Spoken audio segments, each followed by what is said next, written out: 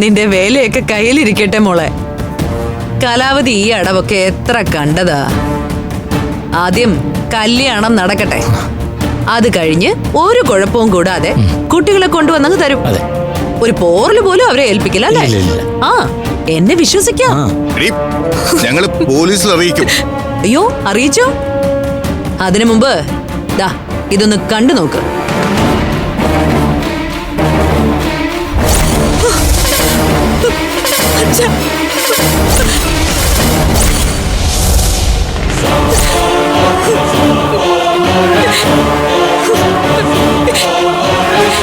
അവരെ ഒന്നും ചെയ്യരുത്. ഞാൻ എവിടെ വേണേലും വരാം.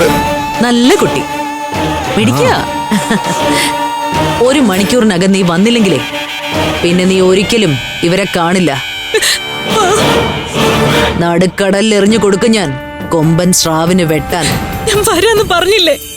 ശരി, എന്നാലേ നല്ല കുട്ടിയായിട്ട് പട്ടുസാരിയൊക്കെ ഉടുത്ത് അണിഞ്ഞൊരുങ്ങി വാ. സ്ഥലം ഓർമ്മയുണ്ടല്ലോ, മാർക്കറ്റ് ജംഗ്ഷനിലെ രജിസ്ട്രാർ ഓഫീസ്.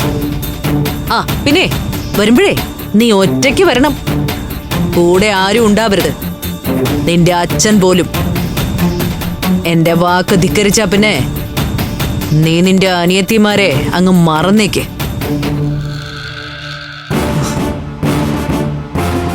വരുമല്ലേ? വരാതെ എവിടെ പോവാൻ?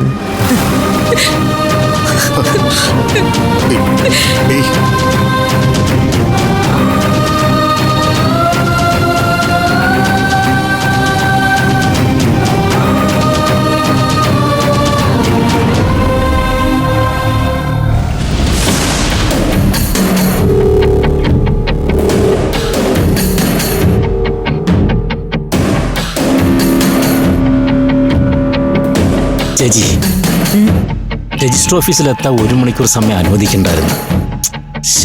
അതെന്താ? ഒരുങ്ങാനും അവിടെ എത്താനും ആ സമയം വേണ്ടേ?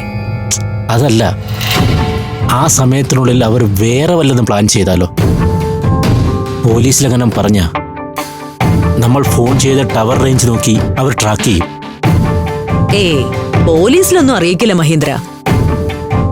ഈ പെമ്പിള്ളേര് നമ്മുടെ കൈവശം ഉള്ളിടത്തോളം കാലം നമുക്കെതിരെ ഒരു നീക്കവും അമൃതയുടെ ഭാഗത്തുനിന്ന് ഉണ്ടാവില്ല. അപ്പോൾ വരും, കല്യാണം നടക്കുമല്ലേ? നീ ധൈര്യമായിട്ട് മണവാളന്റെ വേഷത്തില് രജിസ്റ്റർ ഓഫീസിലോട്ട് വാ, അവള് വരും. ഒരുപക്ഷെ അവൾ വന്നില്ലെങ്കിലോ? വന്നില്ലെങ്കി ദേ അവരെ ചട്ടം കെട്ടി നിർത്തിക്കോ, 2 എണ്ണത്തിനെയും തീർത്ത് കളയാൻ. അതെ, ഒരു കാര്യത്തിനും എന്റെയോ ഇവന്റെയോ ഫോണിലേക്ക് വിളിക്കരുത്. ശരി. ആവശ്യം വന്നാ ഞാൻ നിങ്ങളെ വിളിക്കും. അത് മറ്റൊരു അൺനോൺ നമ്പറിൽ നിന്നായിരിക്കും. അതൊരു വ്യാജ ID പ്രൂഫിലുള്ളതാ. ഇനി അഥവാ ഏതെങ്കിലും തരത്തിൽ പിടിക്കപ്പെടുമെന്നായാൽ ഈ പെൺകുട്ടികള് ജീവനോടെ ഉണ്ടാവരുത്. പോലീസിന്റെ പക്കൽ ഒരു തെളിവിനും ആളുണ്ടാവരുത്. അമൃതയോട് പറഞ്ഞതുപോലെ ആഴക്കടലിലെ വമ്പൻ സ്രാവുകൾക്ക് തീറ്റയാവണോ ഇവര്?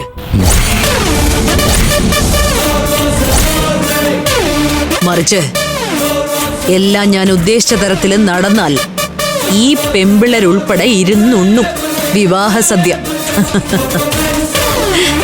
ചേച്ചി, എനിക്ക് സത്യത്തിൽ ഓർത്തിട്ടെ കുളിര് കയറുക.